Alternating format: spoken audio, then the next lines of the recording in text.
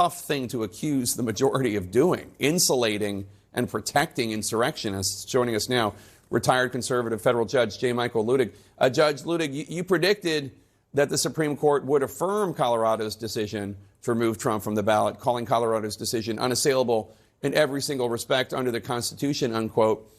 I guess the justices didn't see it your way. What's your reaction? Today's ruling, Jake, was both astonishing and unprecedented, not for its decision of the exceedingly narrow question presented by the case, though that issue was important, but rather for its decision to reach and decide a myriad of the other constitutional issues surrounding disqualification under 14th Amendment. In reaching and deciding those questions unnecessarily, the court, the majority, as the concurrences said, effectively decided that the former president will never be disqualified from holding the presidency in 2024 or ever, for that matter.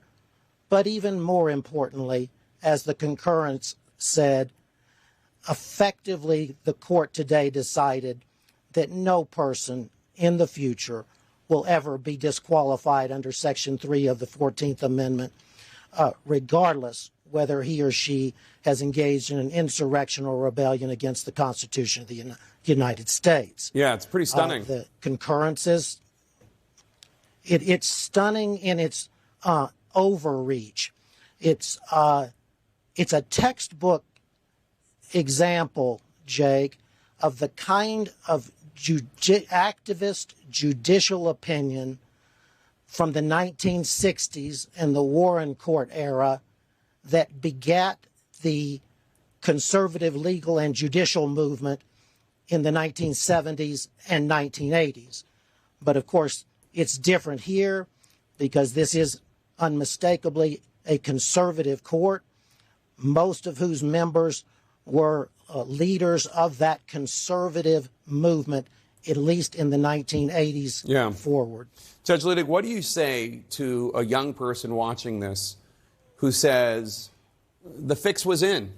These are conservatives protecting Donald Trump, and according to the three liberal justices, they acted in such a way today to protect all insurrectionists. When there was an impeachment against Donald Trump for the insurrection, a lot of Republicans said, no, that's not for Congress, that's for the courts. The Colorado Supreme Court tried to act on that, and the U.S. Supreme Court said, no, this is for Congress. I mean, there are a lot of Americans out there who are skeptical of the court. I don't know that this is going to help. The best answer I would give to those young people, Jake, is this. The concurrence said what I just said that they said. And Justice Amy Coney Barrett, who did not join the other five in the overreaching decisions that it made, accused the three concurrences of stridency in their opinions.